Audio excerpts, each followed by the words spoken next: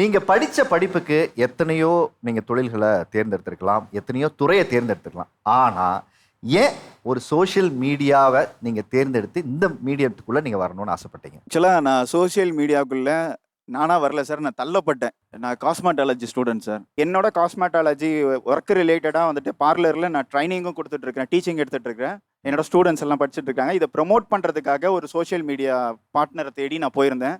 அவங்க கிட்ட ஒரு பெரிய அமௌண்ட் கொடுத்து எனக்கு ப்ரமோஷனுக்காக பண்ணி கொடுங்க அப்படின்னு சொல்லி கேட்டதில்ல, உனக்கு ப்ரமோட் ஆயிருச்சு, உனக்கு வந்துட்டு ஒரு 115K ஃபாலோவர்ஸ் வந்துட்டு உன்னோட வியூஸை பார்த்துட்டாங்க அப்படின்னு.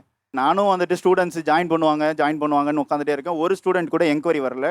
பட் அவர்கிட்ட போயிட்டு நான் திருப்பி கேட்குறேன், இது மாதிரி எனக்கு ஒரு என்கொயரி கூட வரவே இல்லை, என்ன பண்ணீங்க அப்படின்னு கேட்டதுக்கு அந்த இன்ஃப்ளூயன்சர் வந்து, உங்களால் என்ன பண்ண முடியுமோ நீங்கள் பண்ணிக்கோங்க, நான் சோஷியல் மீடியா இன்ஃப்ளூயன்சர், நான் அதுவும் இல்லாமல் லீடு பொசிஷனில் இருக்கிறவன், நான் நினச்சா என்ன வேணால் பண்ணிக்க முடியும் அப்படின்ற அந்த ஒரு கட்டம். நான் தனியாக இண்டிவிஜுவலாக ஒரு பேஜ் ஸ்டார்ட் பண்ணுறதுக்கு என்ன ஆரம்பித்து இன்றைக்கி அந்த பேஜில் வந்துட்டு ஒரு நல்ல ஃபாலோவர்ஸ் வச்சுட்ருக்கிறேன். ஸோ இந்த ரேஞ்சை வந்துட்டு என்னை டிஃபெண்ட் பண்ணி தள்ளி விட்டது இன்னொரு சோஷியல் மீடியா பார்ட்னர். சொல்லுங்க. நான் படித்தது பிசியோதெரப்பி மருத்துவர்னா எனக்கு ப்ரொஃபஷ்னலாகவே யூஸ் ஆகுதுண்ணா. நான் அது சேனலாக ரன் பண்ணணும்னு நினைக்கவே இல்லை. என்னோட ட்ரீட்மெண்ட் வீடியோஸ் அப்லோட் பண்ணுறேன், என்னோட ப்ரொஃபஷனல் சம்மந்தப்பட்டது. அது மட்டும் இல்லாமல் என்னோட ஆக்டிங் ஸ்கில்ஸையுமே காட்ட ஆரம்பித்தேன். நான் ஸ்கூலில் வந்து பெரிய ஆக்டர்னா, ட்ராமா காம்படிஷன்லேருந்து மோன் ஆக்டிங்கில் இருந்து என்னோட டேலண்ட்டை காமிச்சு காலேஜ்லேயும் பயங்கரமாக. இல்லை, உங்களுக்கு ஃபிசியோதெரபிஸ்ட் மருத்துவராக இப்போ டேலண்டாக இல்லைன்னு நீங்கள் சொல்கிறீங்களா? ஆனால் அதுலேயும் டாப்புண்ணா. இல்லை, அதுதான் கேட்குறேன். நீங்கள் அதில் டாப்பாக இருந்துட்டு இதை பண்ணுறதுக்கு நோக்கம்ங்கிறது என்ன இருக்குது? ஸ்கூலு காலேஜ்லேயே ஸ்டேஜ் ஏறினா ஸ்டேஜ் அலறும்ண்ணா, வந்துட்டார் திவாகரன்ட்டு. ஸோ அந்த ஆக்டிவிட்டீஸ் முடக்கப்பட்டுச்சு. அப்போ இனிஷியலாக ஃபிசியோதெரபி ட்ரீட்மெண்ட்டுக்காக மட்டும் தான் நம்ம போட ஆரம்பித்தோம். அப்படியே சைடு கேப்லனா ஆக்டிங் வீடியோ, ரீல்ஸு அப்படியே என்ஜாய் பண்ண ஆரம்பித்தோம்னா. நடிப்பு அரக்கன். சின்ன குழந்தையிலேருந்து பெரியவங்க கொண்டு சொல்கிறாங்கன்னா, எனக்கு தனியாக பிஜிஎம் ரெடி பண்ணிட்டாங்கண்ணா. Watermelon star, watermelon star, water water வாட்டர்னு சொல்லிட்டு. ஆனால் எனக்கு தேவை ப்ரொஃபஷனல் டெவலப் பண்ணோம், 4 பேஷண்ட்ஸை கேட்ச் பண்ணணும் தான் நினச்சேன். ஊட ஆக்டிங் வீடியோஸ் பண்ணேன். அது கடைசியில் வந்து பார்த்தீங்கன்னா ஒரு 5 சினிமா நடிக்க வச்சிருக்கு, நிறைய சேனல் போக வச்சிருக்கு. இது நல்ல, அதாவது இந்த சோசியல் மீடியா பவரை ஒரு நேர்மையான முறையில், ஹானஸ்டான முறையில் யூஸ் பண்ணி இது மக்களுக்கு நல்ல விதமாக தானே நான் இருக்கு. 2 விஷயத்தை எல்லாருமே சாதாரணமாக பண்ணலாம்.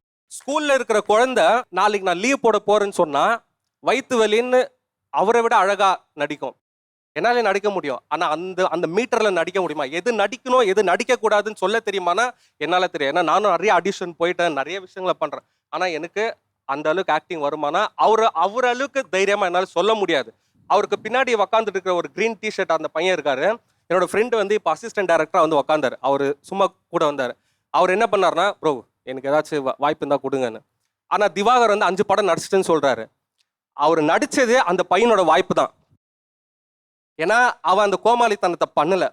இப்படி பண்ணுறவங்கள தான் இன்ஸ்டாகிராம் இன்ஃப்ளூயன்ஸாக சொல்லி முன்னாடி நிறுத்துறாங்களே தவிர மற்ற யாரையும் நிறுத்தலை. இந்த பக்கம் இருக்கவங்கலாம் நாங்கள் டாக்டர், இன்ஜினியராகவும் ஃபிசியோதெரபிஸ்டாகவும் வெவ்வேறு படிப்புகளை படிச்சிருந்தா கூட சமூக வலைத்தளங்கள் மூலியமாக ஒரு இன்ஃப்ளூயன்சராக எங்கள் வாழ்க்கையை நாங்கள் வந்து மாற்றிக்கிட்டதுக்கு அப்புறமா எங்களுடைய கோலை நாங்கள் அச்சீவ் பண்ணுறதுக்கு இது எங்களுக்கு பெரிய ஹெல்ப்ஃபுல்லாக இருக்குது அப்படின்னு சொல்கிறாங்க.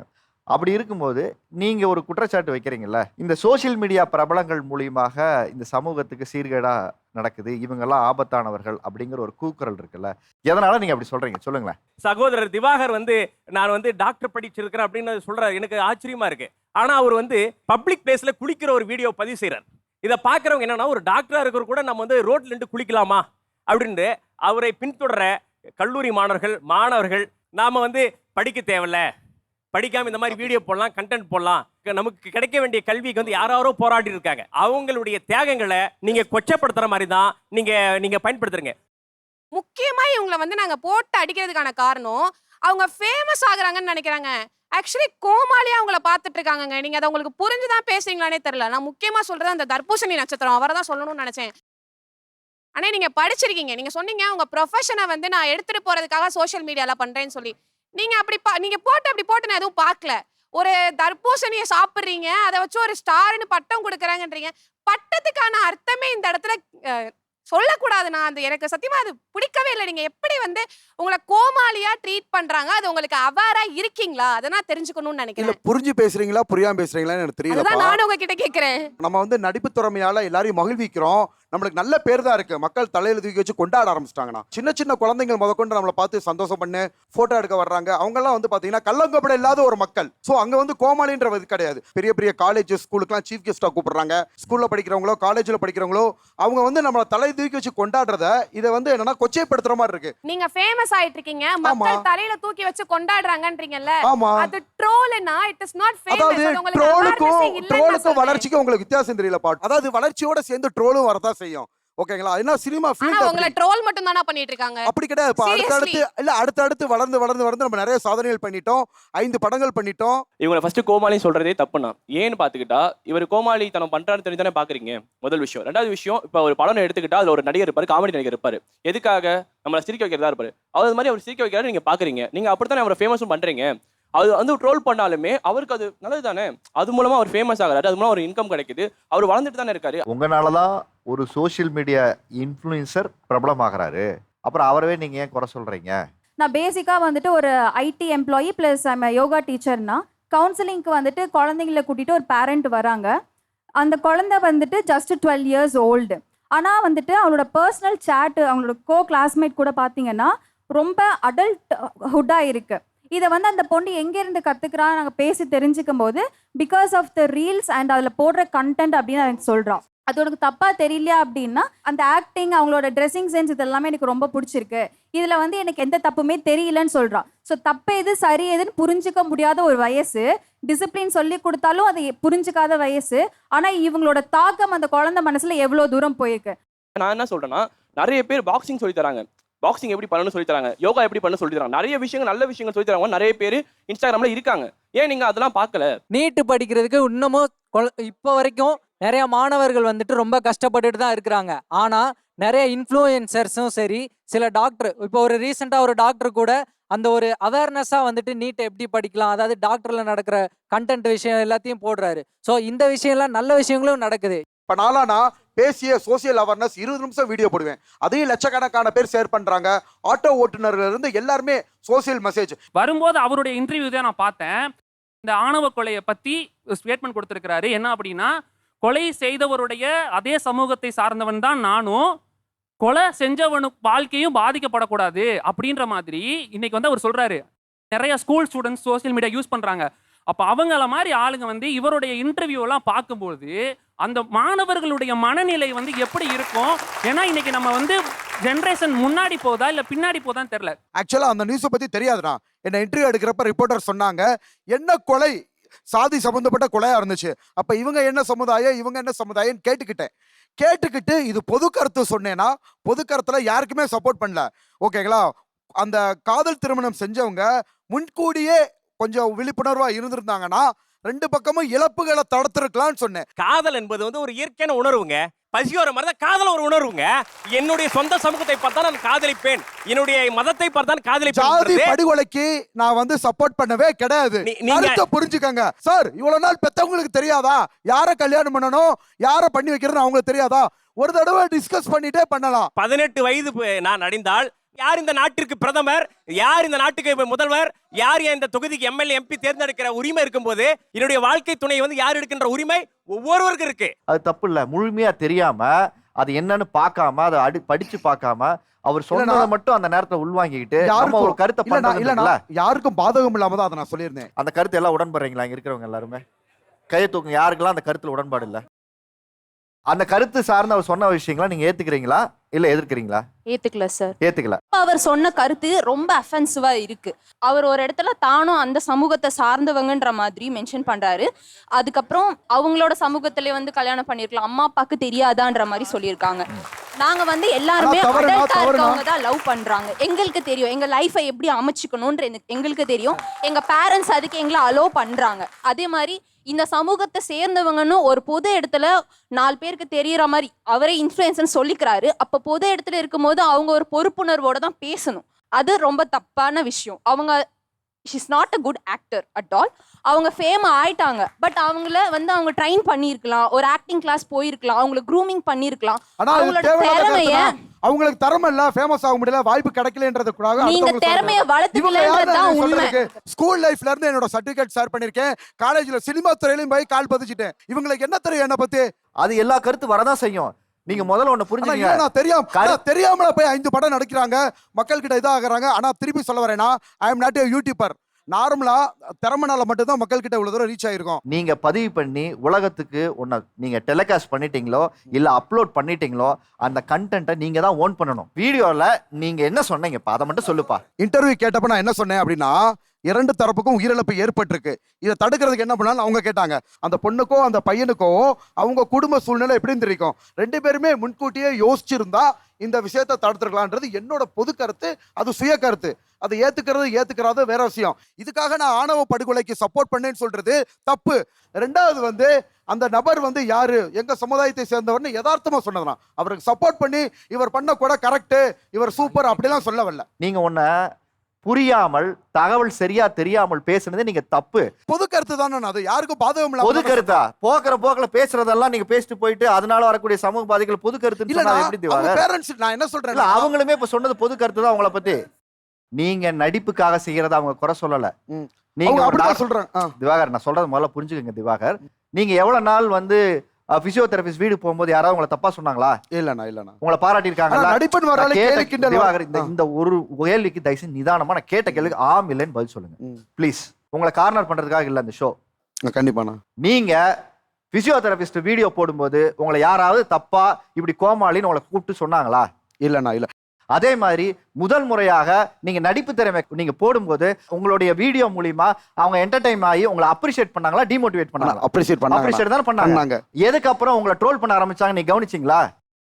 உங்களை நீங்க எம்ஜிஆரோட கம்பேர் பண்றீங்க, உங்களை நீங்க சிவாஜியோட கம்பேர் பண்றீங்க, உங்களை நீங்க கமலோட கம்பேர் பண்றீங்க. நம்ம யாரோட வேணா கம்பேர் பண்ணி அந்த உயரத்துக்கு போகணும் தான் எல்லாரோடைய கனவும் இல்லையா? நானும் அதுக்கு தான் வந்திருக்கேன் சினிமாவில்.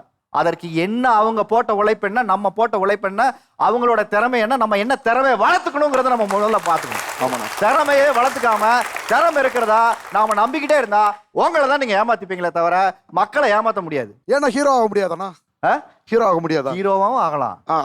நிறைய காமெடி ஹீரோ ஆகலையா? ஆமா ஆமா ஆமா. எதை ஆகணும்னாலும் அதுக்கான புத்திசாலித்தனமும் அதுக்கான திறமையை வளர்த்துக்கணும். இங்க சினிமா எல்லாத்துக்கானது. ஆனா யாரு எப்படினாலும் வரலாம்லண்ணா, யாரும் நம்ம சொல்ல முடியாது. நான் இப்ப எப்படியா வரவேணாம்னு சொன்னப்பா யாராவது இல்லனா, யாருக்கு எந்த செகண்ட்ல எப்படினாலும் மாறலாம்ண்ணா. நம்ம மனிதர்களால அதுக்கு யாருக்கு எந்த செகண்ட் எப்படி வேணா மாறலாம். உன்னோட செகண்ட் தப்பா மாறக்கூடாதுனால இங்க பேசின்னு இருக்கேன், நீ புரிஞ்சுக்க. அண்ணா அவங்க ஃபேமஸ் ஆகுறதோ செலிபிரிட்டி ஆகுறதோ எங்களுக்கு பிரச்சனை இல்லை. அவங்க அங்கே உட்காந்துருக்காங்களே செகண்ட் ரோல தேர்டா, அவங்க ஃபோன் பண்ணி நான் இந்த மாதிரி ஒரு கேமுக்கு ப்ரொமோஷன் பண்ணியிருக்கேன், எனக்கு அந்த கேம் விளையாடி கொடுங்கன்னு சொன்னாங்க. சரின்னு சொல்லி நான் அவங்கள நம்பி 30,000 போட்டேன். அது அப்படியே டோட்டலாக லாஸ் ஆச்சு எனக்கு. அது ஏன் பண்ணாங்கன்னு எனக்கு இன்ன வரைக்கும் தெரியல. பெய்ட் ப்ரொமோஷன் அதில் ஏதாவது போட்டிருந்தாங்களா? அது எதுவும் சொல்ல சார், என்கிட்ட கால் பண்ணி சொன்னாங்க, நான் சரின்னு போட்டேன். நான் வந்து பெய்ட் ப்ரொமோஷன் பண்ணவே மாட்டேன். நான் எல்லாமே பார்ட்டர் ப்ரொமோஷன் மட்டும் தான் பண்ணிட்டு இருக்கேன். இல்ல அவர் உங்களுக்கு ஃபோன் பண்ணி கேட்டுட்டு தான் அந்த 30,000 ரூபாய் போட்டாராம். போட்ட காசு போட்டது தான். அதுக்கப்புறம் அது இன்னும் வரலைங்கிறாரு. அது உண்மையா? அது உண்மைதான். அவர் காசு இன்னைக்கு போயிடுச்சு, அதுக்கு நீங்க போட்ட வீடியோ தான் காரணம். அப்ப அந்த காசு திருப்பி கொடுத்துறீங்களா இன்னைக்கு? இல்ல, ஆனா நான் பெய்ட் ப்ரொமோஷன் பண்ணலையே, நான் பார்ட்டர் தான் பண்ணேனே. இருந்தாலும் ப்ரொமோஷன் பண்ணீங்களா இல்லையா? பண்ணேன். பார்ட்டர் ப்ரொமோஷன் தான் பண்ணேன், நான் பெய்ட் ப்ரொமோஷன் பண்ணவே இல்ல. சொல்லுங்கம்மா. பார்ட்டர்னா பெய்ட் இல்லாம பண்றது தான் பார்ட்டர். அவர்கிட்ட நீங்க காசு வாங்குனீங்களா இல்லையாங்கிறது பிரச்சனை இல்ல. இவர் காசு இப்ப போச்சுல, அதுக்கு நீங்க போட்ட வீடியோ தானே காரணம். அப்ப அதுக்கு நீங்க தானே ரெஸ்பான்சிபிலிட்டி. அப்ப அவரை பத்தி சரியா நீங்க விசாரிக்காம அவரு காசும் வாங்கல, அப்ப அவர் சொல்றது எப்படி உண்மை நம்பி நீங்க போட்டீங்க அந்த வீடியோவை? அவரை எப்படி தெரியும் உங்களுக்கு? சார் ஃப்ரெண்டு சார், காலேஜுக்கு வருவாங்க சார். இது எவ்வளவு நாளைக்கு முன்னாடி நடந்ததுமா அது? சார் அது நடந்து ஒரு 2 months தான் சார் ஆச்சு. சார் இதனால நிறைய பேர் இந்த மாதிரி கேம் அடிக்ஷன் ஆகி காசு ரொம்ப இழந்திருக்காங்க சார். இது நடந்ததா நடக்கலையா? ஷோக்காக எதுவும் வந்து பேசாதீங்க சார். நடந்துச்சுங்க சார். பண்ணல நானு. நீ பண்ணல? அந்த வீடியோவை நான் பண்ணல. அந்த மாதிரி ஒண்ணு நடக்கவே இல்லை. அவர் இப்ப சொல்ல சொன்னாரு, இந்த ஷோல தலையாட்டினாரு, கரெக்டா? நாங்க வீடியோ எடுத்து வச்சிருக்கிறோம். நான் அவங்கள நம்பி 30,000 போட்டேன். அது அப்படியே டோட்டலா லாஸ் ஆச்சு எனக்கு. நான் வந்து பெய்ட் ப்ரொமோஷன் பண்ணவே மாட்டேன். நான் எல்லாமே பார்ட்டர் ப்ரொமோஷன் மட்டும் தான் பண்ணிட்டு இருக்கேன். இல்ல அவர் உங்களுக்கு ஃபோன் பண்ணி கேட்டுட்டு தான் அந்த 30,000 ரூபாய் போட்டாராம். போட்ட காசு போட்டது தான். அதுக்கப்புறம் அது இன்னும் வரலைங்கிறாரு. அது உண்மையா? அது உண்மைதான். எதுக்காக நீங்க அதை பண்ணீங்க? சார் இது நிறைய நடக்கிறனால நான் அவங்கள வச்சு சொன்னேன் சார். நீங்க பணமே போடல இல்ல? சார் நான் போடல. அப்ப நீ ஏன் பொய் வரும்னு சொல்றீங்க? இல்ல அவங்கள பொய் சொல்லாதீங்க, அவங்கள தவறா விளம்பரப்படுத்தாதீங்கன்னு சொல்லிட்டு நீங்களே ஒரு பொய்ய சொல்லிட்டு இந்த பக்கம் உட்கார்ந்தா அப்புறம் அது எப்படி சரியா இருக்கும்? சார் நான் பண்ணதுக்கு சாரி சொல்லிடுறேன். உங்களுக்கு நீங்க சரியா இருக்கணும், ஒரு விஷயத்த சரியா சொல்லணும்னு நினைச்சது தப்பு இல்ல. Yes. அதுக்காக ஒரு பொய் சொல்லி நடக்காத ஒண்ணு நடந்து எனக்கு ஒரு டிஆர்பி ஏத்தி கொடுக்கணுங்கிற அவசியம் எனக்கு தேவையில்லை. அப்படிப்பட்ட ஷோவே இது கிடையாது. Yes. நீங்க என்னவா சொல்ல வந்திருக்கீங்களோ அதை சொன்னீங்கன்னா போதும். இருந்தா சொல்லுங்க, இல்லைன்னா இல்ல. Yes. இல்ல அவர் சொன்னாலும் கொஞ்ச நேரம் தலையாட்டினீங்க, அப்புறம் அது திருப்பி நீங்க பண்ணலைன்னு சொன்னது உண்மையிலே நான் உங்களை அப்ரிஷியேட் பண்றேன். அவர் உங்க ஃப்ரெண்டா இருந்தாலும் காப்பாத்தி இருக்கலாம், நீங்க சொல்லியிருக்கலாம், அதை நீங்க ஜெனுவனா செஞ்சீங்க.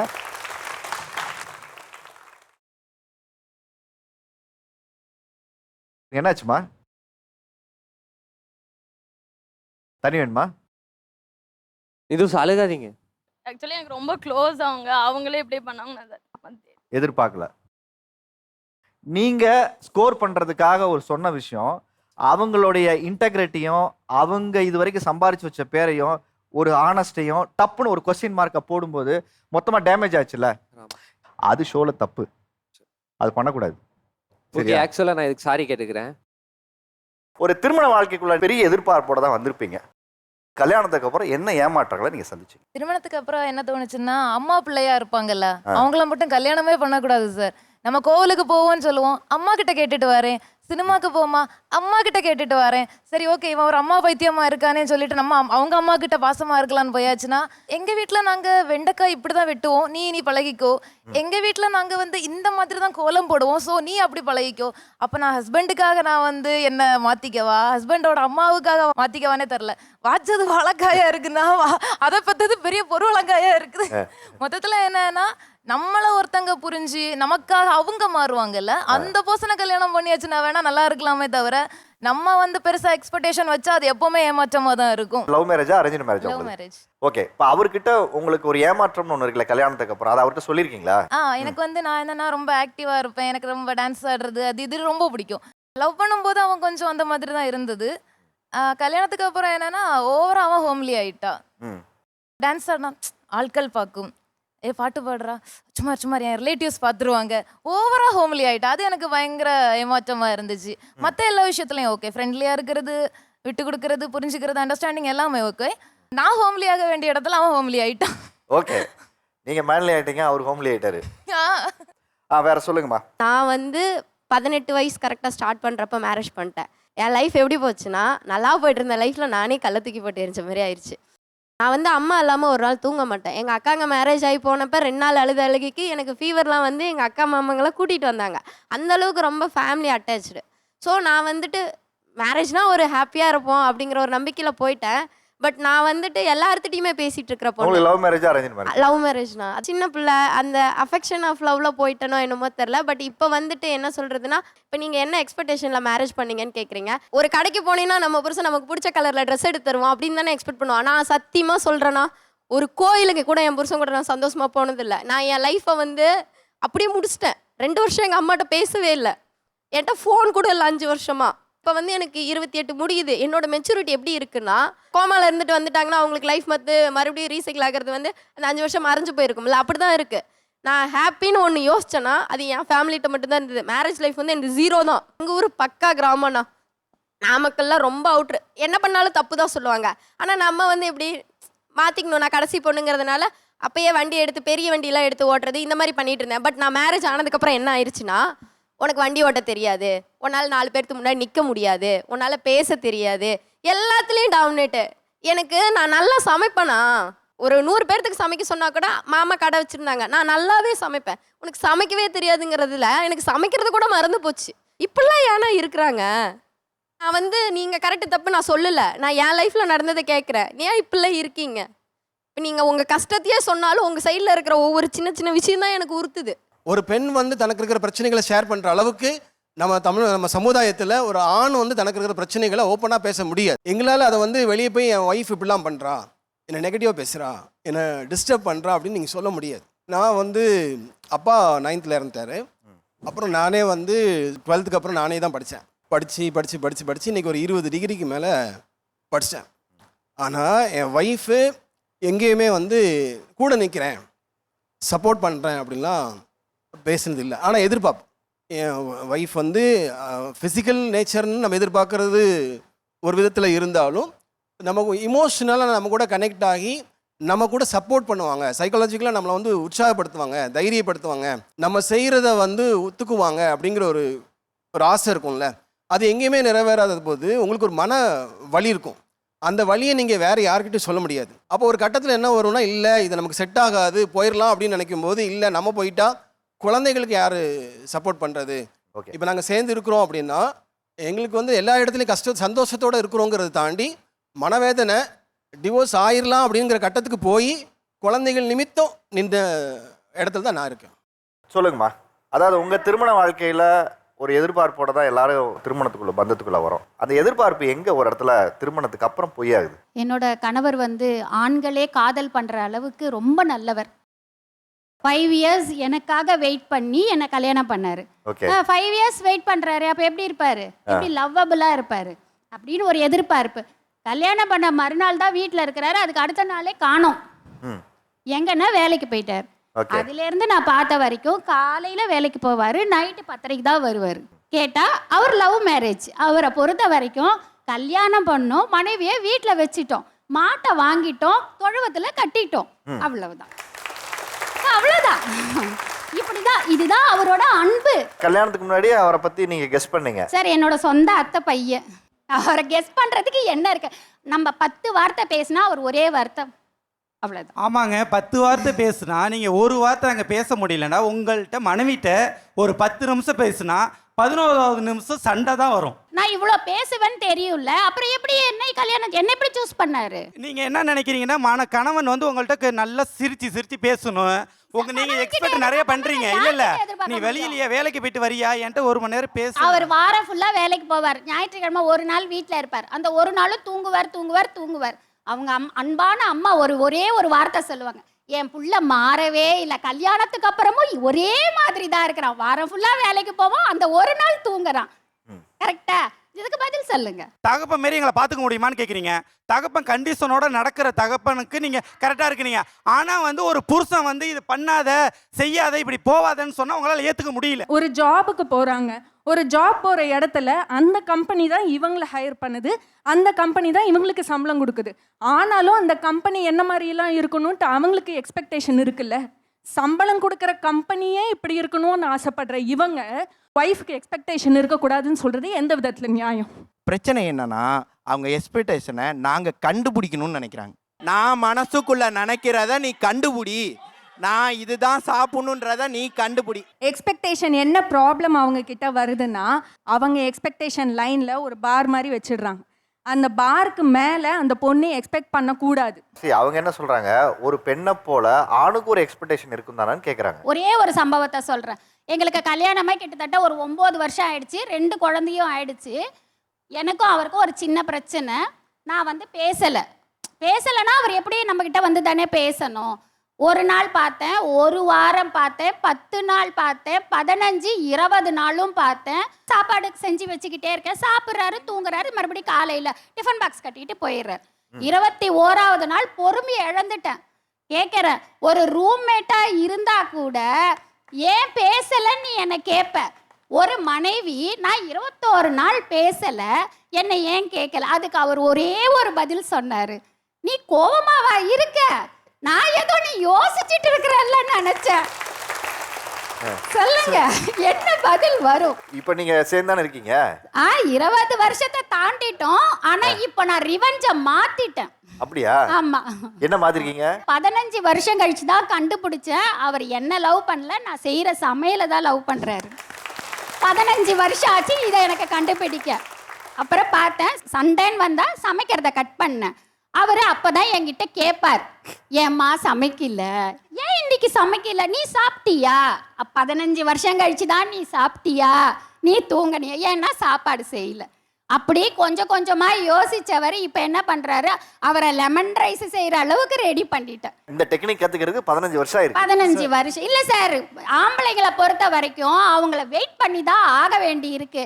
ஒண்ணு ஆரம்பத்திலே டைவர்ஸ் வாங்கிடணும், இல்ல வாழறோம் நாங்க சகிச்சுக்க ஆரம்பிச்சிட்டோம்னா அவங்களோட வீக்னஸ் எல்லாம் கண்டுபிடிச்சிடணும். நாங்க கண்டுபிடிச்சாதான் இவங்கள சமாளிக்க முடியும். சின்ன சின்ன பிரச்சனைகள் கூட பெருசு பண்ணி ஒரு இடத்துல அது ஒரு இஷ்யூவா மேரேஜ்ல பண்றாங்கங்கிற விஷயம் என்ன? இந்த சூரிய வம்சம் படத்தில் வர மாதிரி சரத்குமார் தேவயானி மாதிரி சேர்ந்து முன்னேறலான்னு. ஆனால் இப்போ இருக்க இந்த 2K கிட்ஸ் பொண்ணுங்களை மேரேஜ் பண்ணால் அப்படியே அது மாதிரி இல்லை, சேர்ந்து முன்னேறக்கூடாது, நீ மட்டும்தான் பண்ணணும், அப்படி தான் சார் இருக்காங்க. அது மாதிரி ஒரு ஃபேமிலி ஃபங்க்ஷன் பார்த்தீங்கன்னா அவங்க அம்மா வீட்டு ஃபேமிலி ஃபங்க்ஷன் எல்லாம் போனோம், நம்ம இதில் வரமாட்டாங்க, எப்போ பார்த்தாலும் சண்டை, ஒரு சின்னத்துக்கு அந்த அட்ஜஸ்ட்மெண்ட் பண்ணிகிட்டே போக மாட்டுறாங்க. அது மாதிரி எதுனா பக்கத்து வீட்டில் வீடு வாங்கிட்டாங்கன்னா நீயும் லோன் போடு, 50 லட்சம் லோன் போடு, இது மாதிரி நம்ம மேலே திணிச்சுக்கிட்டே தான் சார் இருக்காங்க. ஒரு அட்ஜஸ்ட் பண்ணி போகிறதே அப்படி இருக்க மாட்டேங்கிறாங்க சார். இப்போ எனக்கு 2 பையனுங்க இருக்காங்க. இங்கே 2 பையனுங்களையும் வீட்டில் கண்ணா வச்சு நான் பார்த்து வளர்த்து இன்னைக்கு 2 மருமகள் எடுத்திருக்கேன். வந்த மருமகளுங்க பார்த்தீங்கன்னா கண்டிப்பாக மாமியாருக்கு, மாமனாருக்கு, நாத்தனார், கொழுந்தனார் எல்லாரையும் நம்ம வந்து கவனிச்சுக்கணும். இந்த டைமுக்கு நம்ம எந்திரிக்கணும். இப்படி தான் மாமியார் கோலம் போட சொல்லுவாங்க, இப்படி தான் விளக்கேற்ற சொல்லுவாங்க, இப்படி தான் பாத்திரம் விளக்க சொல்லுவாங்க, இப்படி தான் வீடு வாசல் துடைக்க சொல்லுவாங்க, நம்ம அதுக்கெலாம் தயாராகிக்கணும், போகிற வீட்டில் நம்ம இப்படிலாம் இருக்கணும் அப்படின்னு தான் அந்த குழந்தைங்க வராங்க. ஆனால் இந்த ஆண்கள் என்ன பண்ணுறாங்க, ஆரம்பத்தில் வந்த சமயத்தில் எங்கள் அம்மா பார்த்துக்குவாங்க, நீ பேசாமல் இரு, ஜாமான்கள் அவங்க வாங்கிப்பாங்க, வீட்டு வேலையும் அவங்க பார்த்துப்பாங்க, சமையல் வேலையும் பார்த்துப்பாங்க, விருந்தாடிகளையும் பார்த்துப்பாங்க, நாளைக்கு ஒரு கல்யாணமா விசேஷமா எல்லாத்துக்குமே அவங்களே போய்ப்பாங்க, உனக்கு ஒன்றும் தெரியாது, உனக்கு ஒன்றும் தெரியாது, வாய மூடு, இப்படியே சொல்லி சொல்லி. யார் சொல்றா? என் வீட்டில் என் பசங்க 2 பசங்க இருக்காங்க. அந்த பசங்களை வளர்த்தது யாரு? நான் தான் வளர்த்தேன். அப்புறம் நான் தான் வளர்த்தேன், இல்லைன்னு சொல்லல. இங்க என்னவா இருக்குன்னா, ஒரு காலையில 6 மணி 5 மணிக்கு எந்திரிச்சு ஒரு வீட்டுல பால் பாக்கெட்டும் பேப்பரும் போட்டா, பேப்பரை எடுத்து கொண்டு போய் குழந்தை யாருகிட்ட கொடுக்குது? அப்பா கிட்ட கொடுக்குது. பால் பாக்கெட்டை நேரா எடுத்து கொண்டு போய் யாருகிட்ட கொடுக்குது? அம்மா கிட்ட கொடுக்குது. இது எங்க இருந்து இந்த சரி பண்ணணும்? வீட்டுல சரி பண்ணணும். ஏன் அம்மா கிட்ட கொண்டு போய் பேப்பரை கொடுத்துட்டு அப்பா கிட்ட கொண்டு போய் பால் பாக்கெட்டை கொடுக்க கூடாதா? அந்த புள்ள கொடுக்கலாம்ல. சரி, இப்போ பையனுங்க என்ன சொல்றாங்கன்னா, இப்போ நம்ம ஒரு சில விஷயங்கள் இந்த மாதிரிலாம் பண்ணாதே, இதெல்லாம் நீ தான் பார்க்கணும் அப்படின்னு சொல்லும்போது நீங்க தலையிடாதீங்க, என் குடும்பம் நான் பாத்துக்கிறேன் அப்படின்னு சொல்லும்போது நம்ம என்ன சார் பதில் சொல்றது? அதுதான் சொன்னேன். இப்ப பாத்துக்கிறேன்னு சொல்ற இடத்துல பிரச்சனை இருக்கு. நீங்க திருமண பந்தத்துக்குள்ள வந்ததுக்கு அப்புறம் மறுபடியும் நீங்க ஒரு இடத்துல உங்களுக்கான சுதந்திரத்தையோ இல்ல உங்களுக்கான எதிர்பார்ப்பு பொய்யானதுக்கு அப்புறம் இந்த வண்டியில இருந்து இறங்கிடலாம்னு ஒரு முடிவு எடுக்கிறீங்கல்ல, நீங்க விவாகரத்தின் மூலமாக நீங்க மீட்டெடுக்கக்கூடிய விஷயம் என்ன, இழந்த விஷயம் என்ன? இது 2 தான் எனக்கு தேவை. கல்யாணத்துக்கு முன்னாடினா எனக்கு வந்து ரொம்ப அழகான பொண்ணு வேணும்னு ஒரு எக்ஸ்பெக்டேஷன். கல்யாணம் ஆகி அப்புறம் வந்து எனக்கு பிள்ளைய பார்த்துக்கணும், அந்த மாதிரி பிள்ளைய பார்த்து நம்ம கொஞ்சம் ஆண்டி ஆன உடனே எனக்கு கெரியருக்கு சப்போர்ட் பண்ணணும். கெரியருக்கு சப்போர்ட் பண்ணலை அப்படின்னு சொல்லும்போது நீங்கள் எனக்கு செட் ஆகாது. அப்போ மொத்த எக்ஸ்பெக்டேஷனும் அப்போ நாங்கள் எங்களோட எக்ஸ்பெக்டேஷன்லேயே இருக்கக்கூடாது. நீங்கள் மழை சீசன் மாதிரி மாற்றிட்டே இருப்பீங்க, நாங்கள் உங்களுக்காக மாற்றிட்டே இருக்கணும். அப்போ டோட்டலாக அப்போ வந்து நாங்கள் உங்களுக்காகவே வாழணும். அப்போ எங்கள் வாழ்க்கையை யார் வாழ்றது? அப்போ நீங்கள் கல்யாணம் பண்ணாமல் உங்கள் வீட்டிலே இருந்திருக்கலாம்ல. ஹலோ, நீங்கள் இதை சொல்லவே கூடாது. கல்யாணம் பண்ணாமல் வீட்டில் இருக்கலாம் நீங்கள் சொல்லவே கூடாது. எங்களுக்கு எக்ஸ்பெக்டேஷன் இருக்கு அப்படின்னு நாங்கள் நம்ம ஒரு நிமிஷம் இருங்க. நீங்கள் எக்ஸ்பெக்டேஷனோட இருங்க. உங்க அம்மா அப்பா உங்க வீட்டில் பார்க்குற மாதிரி வந்து எங்க வீட்டில் எங்க அம்மா அப்பா பாருங்க. உங்க அம்மா அப்பா எங்க வீட்டுக்கு வந்தாங்கன்னா அவங்கள தடபுடலாக கவனிக்கிறீங்களா? உங்க வீட்டில் எப்படி பார்க்குறீங்களோ அது மாதிரி பார்க்குறீங்களா? அதே மாதிரி எங்க அம்மா அப்பாவையும் பாருங்கன்னு சொல்றேன். அப்படி அவங்க நடந்துக்கணும் சார். இங்க யாரெல்லாம் திருமண முறிவு ஏற்பட்டு உட்காந்துருக்கீங்க அவங்களுக்கெல்லாம் இதுக்கு பதில் சொல்லுங்க. உங்க விவாகரத்து உங்களுக்கு என்ன கொடுத்துருக்கு? சார் 17 இயர்ஸ் ஆச்சு எனக்கு மேரேஜ் ஆகி. இப்போ ஹஸ்பண்டை விட்டு பிரிஞ்சு 4 இயர்ஸ் ஆச்சு. இந்த 14 வருஷம் அவர் கூட இருந்த வரைக்கும் எல்லா விஷயத்துலையும் ஏமாந்துருக்கேன். வேலை விட்டு வரும்பொழுது நமக்காக நமக்கு பிடிச்ச ஒரு ஸ்நாக்ஸ், ஒரு பூ, அன்பாக வந்து பாசமாக வந்து சாப்பிட்டியா, என்ன பண்ணுற, கை வலிக்குதா, கால் வலிக்குதா, நீ ஏன் இன்னைக்கு டயர்டாக இருக்க, உனக்கு என்ன வேணும், நான் ஒரு காஃபி போட்டு தரவா, இந்த மாதிரி விஷயங்கள்லாம் நான் நிறையா எதிர்பார்த்தேன். அப்படியே போக போக போக அவர் நல்லா ட்ரிங்க் பண்ணுவார். 14 இயர்ஸ் அட்ஜஸ்ட் பண்ணி போனேன். 14 இயர்ஸ் நான் ஏன் அட்ஜஸ்ட் பண்ணி போனேன்னா எனக்கு 2 பெண் குழந்தைகள் இருந்துச்சு, அவங்களுக்காக நான் அட்ஜஸ்ட் பண்ணி போனேன். இந்த 14 இயர்ஸில் என் குழந்தைங்களும் நிறையா ஏமாந்துட்டாங்க. அதுக்கப்புறமா அவங்க அப்பாவோட இருக்க விரும்பலை, ஓப்பனாகவே சொல்லிட்டாங்க எனக்கு அப்பா வேணாம், நம்ம 3 பேர் மட்டும் இருப்போம், 2 பெண் குழந்தைங்க எனக்கு 3 பேர் மட்டும் இருப்போமா, இந்த லைஃப் எங்களுக்கு பிடிக்கல. பிள்ளைங்களுக்காக வெளியே வந்தேன் நான், அவங்கள சந்தோஷமாக பார்த்துக்கிறதுக்காக. இப்போ நான் தனியாக அவங்கள 4 இயர்ஸாக நானே அவங்களுக்கு ஸ்கூல் ஃபீஸ்லேருந்து எல்லாமே பே பண்ணி என்னோட செலவுகள் பார்த்து வீட்டுக்கு ரெண்ட் கொடுத்து இப்போ என் பிள்ளைங்க அவங்க விருப்பப்படி எல்லாமே பண்ணுறாங்க. நான் என்ன கேட்குறேன், இந்த பிரிவு உங்கள் பிள்ளைங்களோட சந்தோஷத்தை மீட்டு எடுத்துட்டீங்க. ஆமாம், உங்களுக்கு சந்தோஷத்தை கொடுத்துருக்கா, கவலையை கொடுத்துருக்கா? நான் சுதந்திரமாக யோசிக்கிறேன் சார். என் பிள்ளைங்களுக்கு இது தேவை, இது தேவை இல்லைங்கிறத யோசிக்கிறேன். எனக்கு இது தேவை, இது தேவை இல்லைங்கிறத யோசிக்கிறேன். உங்கள் விவாகரத்து உங்களுக்கு வாழ்க்கையில் என்னமா கொடுத்தது? இப்போ நான் வந்து 10th தான் சார் படிச்சிருந்தேன். இப்போ 35 வயசு ஆகுது. இப்போ 12th எழுத போகிறேன் சார். இந்த வருஷம் படிக்கிறேன். அது வந்து நானாக சம்பாரித்து என்னுடைய இதில் நான் படிக்கிறதால சுதந்திரமாக நான் யோசிக்க முடியுது என்னால். டைவர்ஸ்க்கு அப்புறம் இந்த இது எனக்கு கிடைச்சிருக்கு. மேரேஜ்னால நான் என்ன இழந்தேன்னா என்னோட self respect sir. My X husband dominated me to the core sir. அவருக்கு என்னன்னா நின்று உட்காருன்னு ட்ரெஸ்ஸிங்லேருந்து everything sir, he had total control over me. Enala I couldn't tolerate anymore. I'm born from an Anglo-Indian and Telugu parents, so I follow even Tamil Nadu customs also sir. I follow Periyar's teachings also. Self respect is very much important, and women are engalku vande adu we deserve that respect. We want to be dignified also sir. Engalku vande enna engala enga husbands இப்படி பண்றது எங்களால accept பண்ண முடியல. So வேறு வழி இல்லாமல் எந்த marriage வந்து டிவோர்ஸில் எண்ட் ஆகணும் யாருக்கும் விருப்பம் இல்லை sir. We go to any extent அதை சஸ்டெயின் பண்ணுறதுக்கு. ஆமாம் சார். ஓகே, அதாவது விவாகரத்து உங்களை ஒரு இடத்துக்கு நீங்கள் எதிர்பார்த்தது திரும்ப மீட்டு கொடுக்குன்னு நினைக்கிறீங்களா? அது என்ன? இன்னும் விவாகரத்து ஆகலை சார். அந்த ஆகலை, இதுக்கு தான் ப்ராசஸ் தான் இருக்குது. மேரேஜ் ஆகி 1.5 வருஷம், அதில் 1 மாதம் தான் 1 மாதம் 2 மாதம் தான் வாழ்ந்தேன். அதுக்கப்புறம் வந்து பார்த்தீங்கன்னா இன்றைக்கி நான் எங்கே இருக்கேன்னு தெரியாது. ஆனால் எனக்கு பிடிச்ச ஒரு விஷயம், நான் எம்சிஏ போய் பண்ணுறதா இருக்கட்டும், ஆர்ஜேவாக பேசுகிறதாகட்டும், நியூஸ் ரீடர் ஆகட்டும், எல்லாமே நான் இன்றைக்கி வந்து மறைஞ்சு பண்ணிகிட்ருக்கேன். அப்புறம் இன்னொன்று, அந்த திருமண வாழ்க்கையில் என்னை வந்து ரொம்ப டிப்ரெஷனில் கொண்டு போய் தூக்கமே இல்லாத அளவுக்கு பண்ணிட்டாங்க. மருந்து மாத்திரைலாம் கொடுக்க வச்சு தூங்குற அளவுக்கு தூங்கவே முடியாது. எனக்கு வந்து இன்னொரு கேள்வி உங்கள்கிட்ட இருக்குது. இப்போ இந்த விவாகரத்து உங்களுக்கு நடந்ததுக்கப்புறம் மறுபடியும் மறு திருமணம் பண்ணிக்கிறது உங்களுக்கு விருப்பம் இருக்கா? அதாவது எனக்கு திருமணம் பண்ணிக்கணும்னு ஆர்வம் ஆசை இருந்தது அப்படின்னா நான் இந்நேரம் அந்த பொண்ணு கூப்பிட்டு நீ சீக்கிரம் மியூச்சுவல் கொடு, நான் போயிடுறேன் அப்படிலாம் சொல்லியிருப்பேன் சார். எனக்கு அதில் விருப்பமே கிடையாது. நான் தனியாக சுதந்திரமாக வாழ்ந்துடுறேன். ஏன்னா இவ்வளோ அனுபவத்தை வச்சுட்டு 37 வருஷம் கனவுகளோட வாழ்ந்த என்னோட திருமணமே வேறு மாதிரி போயிடுச்சு. இதுக்கப்புறம் எனக்கு திரும்ப ஒன்று புதுசாக ஒன்று அமையுமானே எனக்கு தெரியவும் வேண்டாம். இப்போ நான் இந்த வாழ்க்கை என்னன்னா, என் குடும்பத்துக்காக இது வரைக்கும் வாழ்ந்தேன். அடுத்து எனக்காக வாழ்கிறதுக்காக முயற்சி எடுத்தேன். அந்த முயற்சியில் தோல்வி அடைஞ்சிட்டேன். இனி ஒரு சந்தோஷம் என்ன அப்படின்னா, என்னோட வாழ்க்கையில் நான் நியூஸ் ரீடராக போகணும், அவ்வளோதான். அதை மட்டும் அடைஞ்சிட்டேன் அப்படின்னா கனவு இலக்கை நோக்கி நகரணும்னு நினைக்கிறீங்க?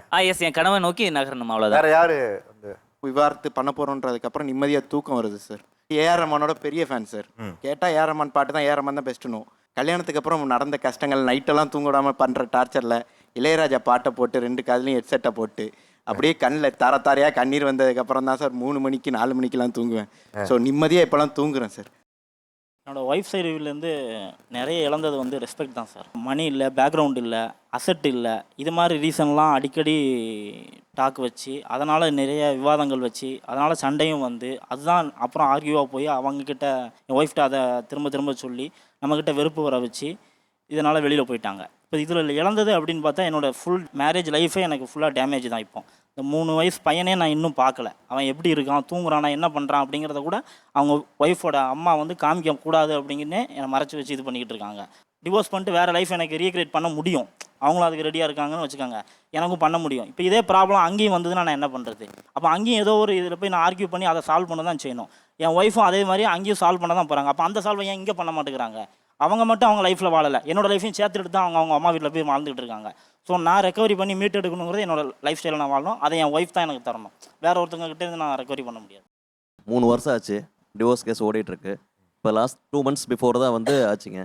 நான் இப்போ தான் நிம்மதியாக தூங்குறேன் சார். இப்போ தன்னால் தனிமையில் பட தூக்கம் வராது. இப்போ தான் நிம்மதியாக தூங்குறேன்.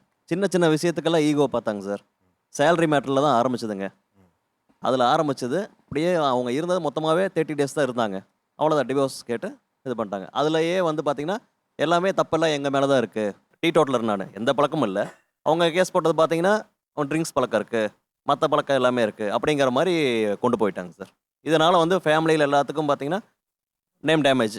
நிம்மதியும் தூக்கமும் ஆண்களுக்கு கிடச்சிருக்கு. பெண்களை பொறுத்த வரைக்கும் விவாகரத்து என்ன கொடுத்துருக்குன்னா சுதந்திரத்தை கொடுத்துருக்கு.